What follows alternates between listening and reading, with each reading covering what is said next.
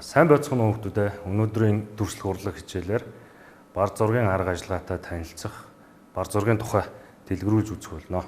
Бар зураг нь гравюр гэсэн Франц үгнээс гаралтай. Оросоор гравюра гэх ба зураасан зургийн нэг төрөл юм. Анх Хятад улсад үүссэн гэж үздэг. Ном судар хэвлэх, олон тоогоор ном судар хэвлэх ийм зорилготойгоор бар зургийг үүссэн гэж үздэг байна. За төвдүүд ном хэвлэх модон самбарыг пар гэж нэрлэдэг бол монголчууд пар гэдэг нь явандаа монгол хэл ярианд бар гэж нэрлэгддэг болсон. За тэр нь дардас гэж нэрлэх болсон байна. Өрнөдөд анх сэргэн мандалтын үеэс бар зураг бол хөгжиж ирсэн байдаг.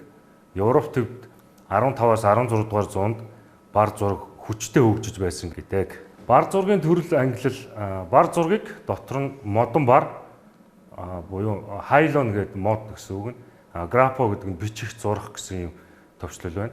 За дотор нь бол модон бар, төмөр бар, мөн чулуун бар, хулдаасан бар, зис бар, тугалган бар, цал бар.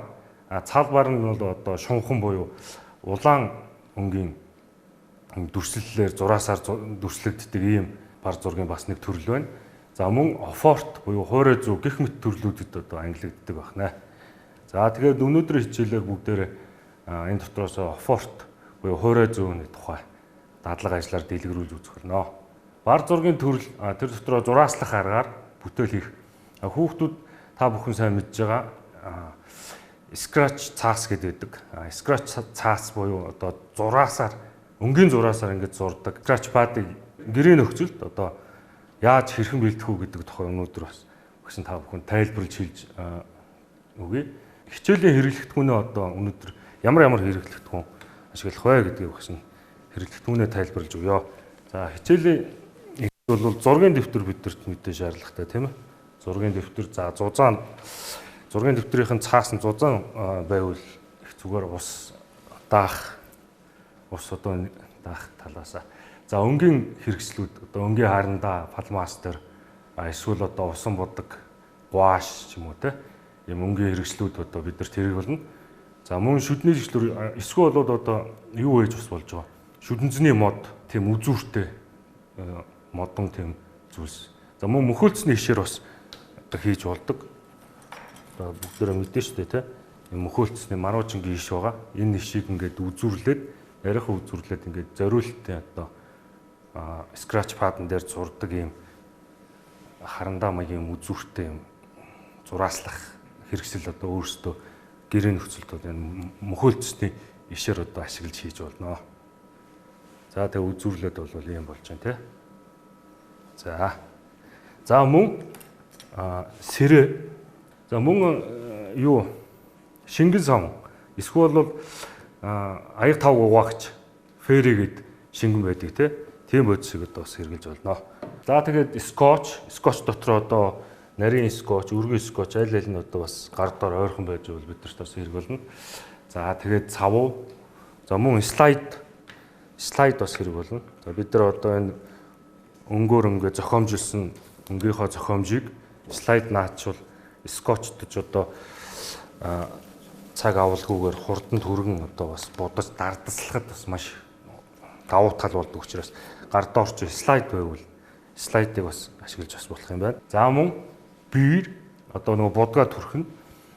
За арилдаггүй маркер буюу перманент маркер, штрих гэх мэт хичээлийн хэрэглэгдэхүүнүүд бидэрт байх хэрэгтэй байна.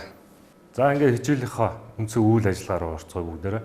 За эхлээд бид нар яах ёстой вэ гэхээр зургийн дэвтрийнхаа цаасыг зохиомжлон за тэг шимттэй болон ийм давталттай хэмнэлтэйгээр за мөн ийм өөрийнхөө сэтгэхүйн төсөөллөөрөө зохиогоод ингээд зурааслаад будахад бэлдэх ёстой байгаа. За тэгэд энийг бүгдээрээ туршиж дараах дадлага ажиллаар хийж гүйцэтгэж үзүүлцгээе. Энэ бүтээл хэрхэн scratch pad-а бэлдэх үү гэдэг бүгдээрээ дэлгэрүүлээ үзье. За бидэрт хичээлийн хэрэглэгдэхүүн эхлээд зургийн дэвтрээ байрлуулад зургийнхаа цаасыг ийм цагаан цаас байлаа гэж бодоход зургийнхаа цаасыг тавьж агаад шугамдаад одоо ийм хэмнэлтэй давтамжтай ширхэхээр нь уртаар нь зурх уу гэдгээ бодно. За уртаар нь авах юм бол мөнгөө одоо игнүүлж цэгцтэйгээр одоо зур дүрслэхэд бас их хэрэгтэй байдаг. За мөн санамсаргүй дүрс холбоод юм уу геометрийн онцгүүдийг холбоод юм санамсаргүй дүрсээр зохиомжилж хийж болох нь байна. За тэгээд одоо бүгдээрээ яг энэ үндс үйл ажиллагаа руу орцгоё. За ингээд шугамдаад бэлдсэн цаасаа ингээд бэлдэн болгочоод бүгдээрээ цаасаа ингээд будах юм байна.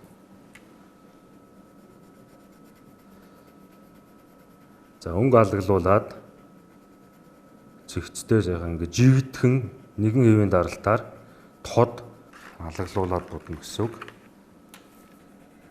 Жигдхэн сайхан будж дуусныхаа дараа бүгдээрээ энэ цаасаа хэрвээ та нарт гэрт чи слайд байхгүй бол скотчтож одоо гадаргуу мүлгэр тийм толисон гүлгэр болгох боломжтой. За бид нар энэ дэвсгэртийг тод бод жигд сайхан тод бод гаргацтай будснаар бол одоо бидний зураг маань бидний хийх гэж байгаа үйл ажиллагаа нь үндсэндээ энэ цаатлынх нь өнгүүд нь ингэж гоё алгалж харагдах юм байна. За ингээд энэ хэсэгт нь ингээд ногоон, цайвар ногоон, улбар шар, булаан, цэнхэр гих мэтчлээ юм тод хурц өнгүүдээр мөн энэ зарим газрын завсрын өнгүүдээр ингээд жигдгэн оруулаад өгөх юм бол уг бүтээл маань их гоё болдог учраас бүгдээрээ энэ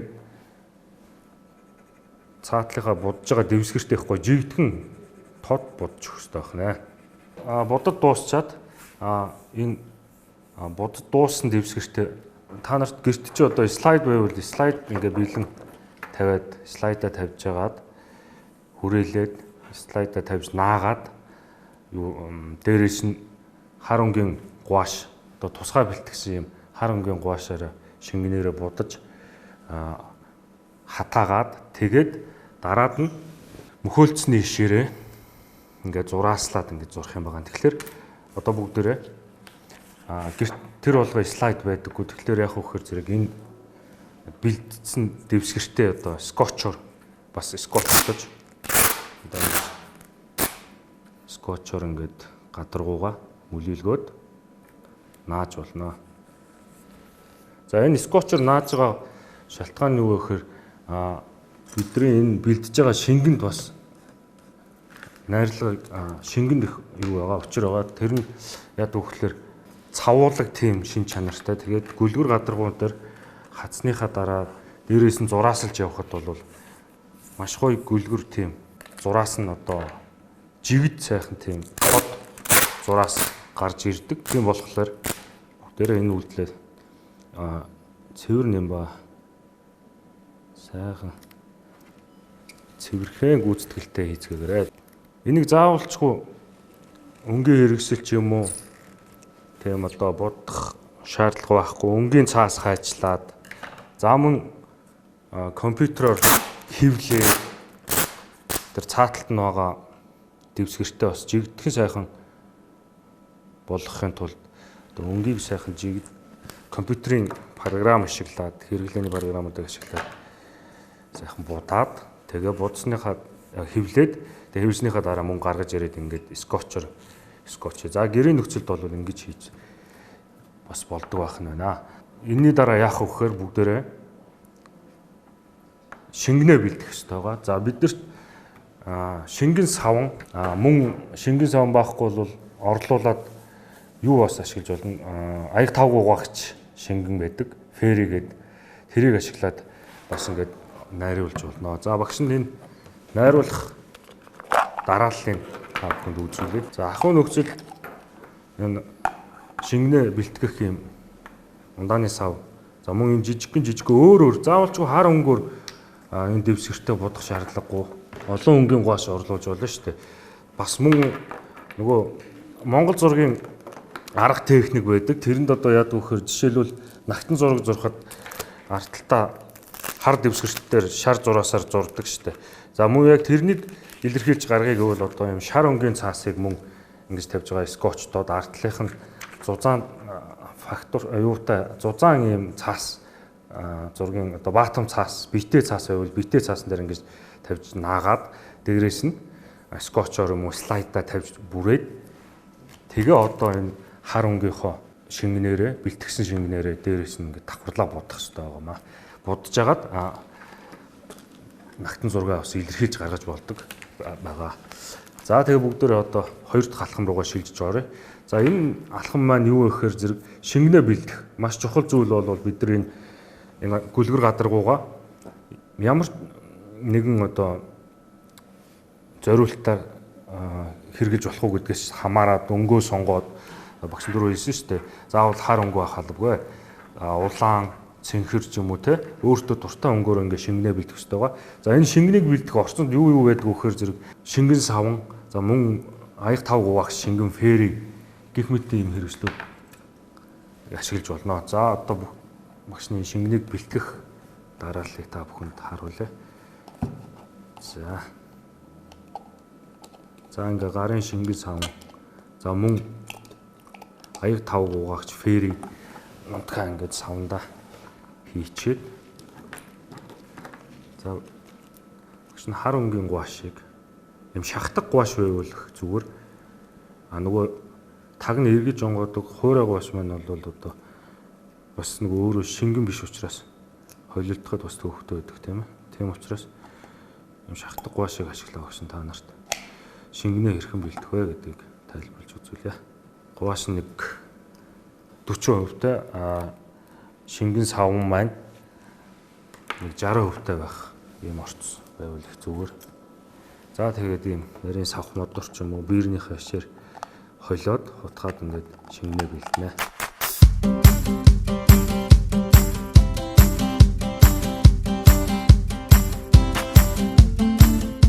За ингээд шингэн төрхөц маань бэлэн боллоо.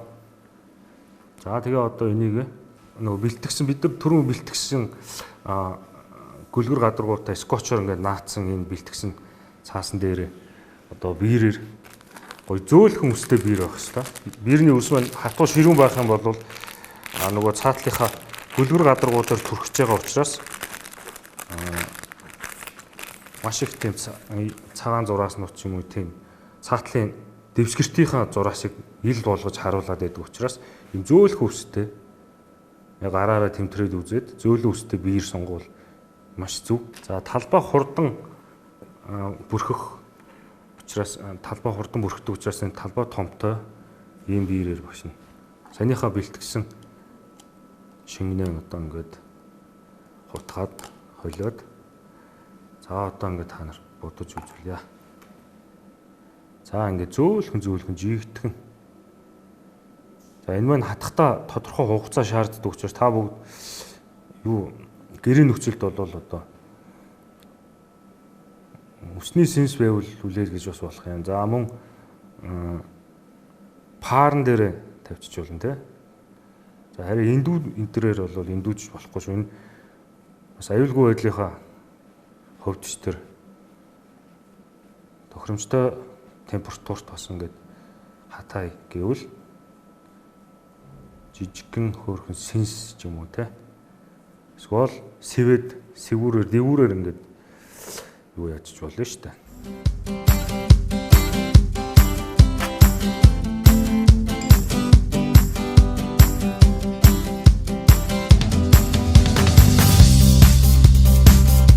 За гарын ойрхон ийм жижигхэн хөөрхөн сэнс байдаг те.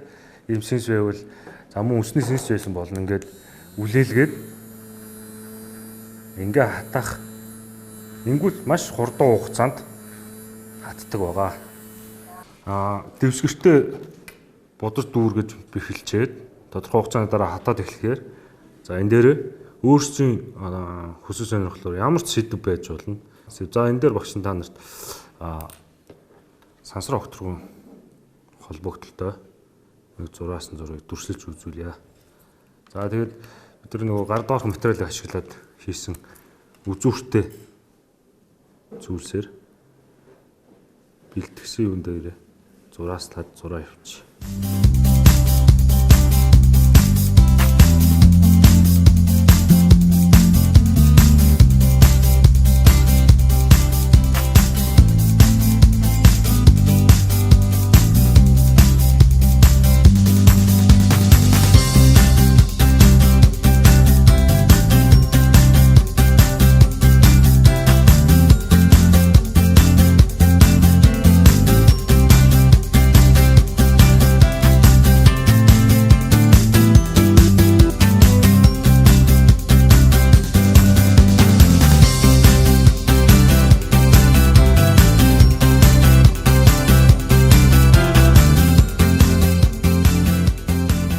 Тэгээд бидний өнөөдрийн хийсэн бар зургийн техник энэ нэг төрөл болох одоо хуурай зүү гэж ярьдаг офортыг scratch pad-ыг гэртээ хэрхэн бэлдэж хэрхэн одоо өөрийнхөө бодол төсөөллийг одоо илэрхийлж болдог вэ? Ямар бүтээл одоо гарч болох нь вэ гэдгийг одоо туршиж хийж үзлээ. Тэгэхээр гарын доорх материалыг ашиглаад ийм хөөрхөн бар зургийн нэг төрөл болох scratch pad буюу зураасан өнгийн зураасаар зураасалтыг ийм төрлийг үзлээ. За энийг гэртээ бүгдээрээ туршиж хийж үзэх хэрэгтэй. За мөн слайд байх юм бол энийг өшөө яах вэ гэхээр зэрэг слайдаа дээр нь тавьж агаад за багш нь энэ дээр нэг зөвхөн ганц хэсгийг л үзүүлчихье тийм ээ. За яг энэ дээр ингэж тавьж агаад арилдаггүй маркер байдаг шүү дээ. Permanent marker гэдэг энд бичигтэй байгаа. Нэг талдаа юм нарийнхан нөгөө талдаа юм өргөн. Ийм маркераар слайдн дээр ингэж давхар тавиад түрүүнийхөө зураасан зураасаа тодруулаад ингэж авчдээ.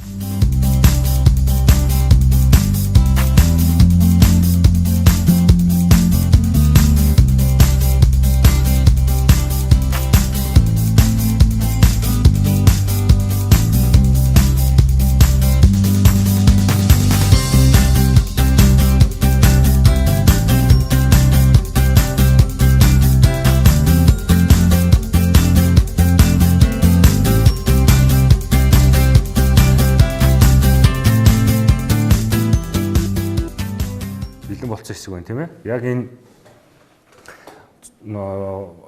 зураасан зургийнхаа хэсгээс одоо слайдн дээр арилдаггүй маркераараа ингээд давхарлаа зураад авцсан байгаа. За тэгээд түрүүний урьдчилан бэлтгэсэн өнгийн цаасан дээр ардуур нь энийг ингээд явуулаад үзэх хэрэгтэй байна. Тэгэхээр бас л одоо энэ зураг маань хувилбар хоёрлогоо шилжээд ийм одоо өөр тэ коллаж маягийн юм бүтээл гарч ирж болдог байх нь шүү дээ хүмүүстээ. За ингээд энэ хоёр аргыг өнөөдрийн хичээлээр багш та нарт тайлбарлаж зааж өглөө. Тэгээ хоёулангийн туршаад өшөө дэлгэрүүлээд яаж гой бүтээл гарч ирж болохоор байна гэдгийг гэрийн нөхцөлд одоо бүгдээрээ хийж туршиж үзээрэй. За хичээлийн дүгнэлт буюу баттгал хэсэг дээр өнөөдөр бүгдээрээ бар зургийн төрлөөр scratch pad-ыг хэрхэн бэлтэх үү гэдгийг үзсэн. За тэгээд энийг ашиглаад өшөө цаашаа коллаж руу яаж хувиргаж болох уу гэдгийг бас үзлээ. Тэгэхээр гэрийн даалгаварт бүгдээрээ сургачгийн 48-аас 49 дугаар хуудсан дээр байж байгаа бар зургийн арга ажиллагаа, бар зургийн одоо техникийн тухай энэ мэдээллийг гэртээ дэлгэрүүлж уншаад гэрийнхэнтэйгээ ч юм уу анги хамт олонд хичээл орохоор анги хамт олонтойгоо хамтраад өнөөдрийнхөө хичээл дээр үзсэн энэ бар зургийн төрлүүдээс ашиглаж бүтээл хийсэн зураасан өнгийн зураасаар зурааслах энэ хичээлийг гэртээ туршаад за хичээл орохоор анги дээрээ очиод анги хамт олнороо туршаад үзэх хэрэгтэй. Энэ хоёр дахь хувилбар нь бол слайдн дээр мөн энэ их зураасан зурганаасаа арилдаггүй маркерыг ашиглаад одоо хоёр дахь хувилбар руугаа бас ингээ өнгийн ард талд нь өнгө өгөөд ийм коллаж маягийн дүрс хийх юм арга байна. Ийм аргыг бас үзлээ. Тэгэхээр энэ хоёр аргыг хоёулангийн ашиглаа гэрийн даалгаварт хүүхдүүд өөрийн бодол төсөөллөөрөө бар зургийн одоо бүтээл гэртээ бүтээж зурж туршиж үзээрэй. За ингээд анхаарал тавьсан хүүхдүүд та бүхэндээ баярлалаа.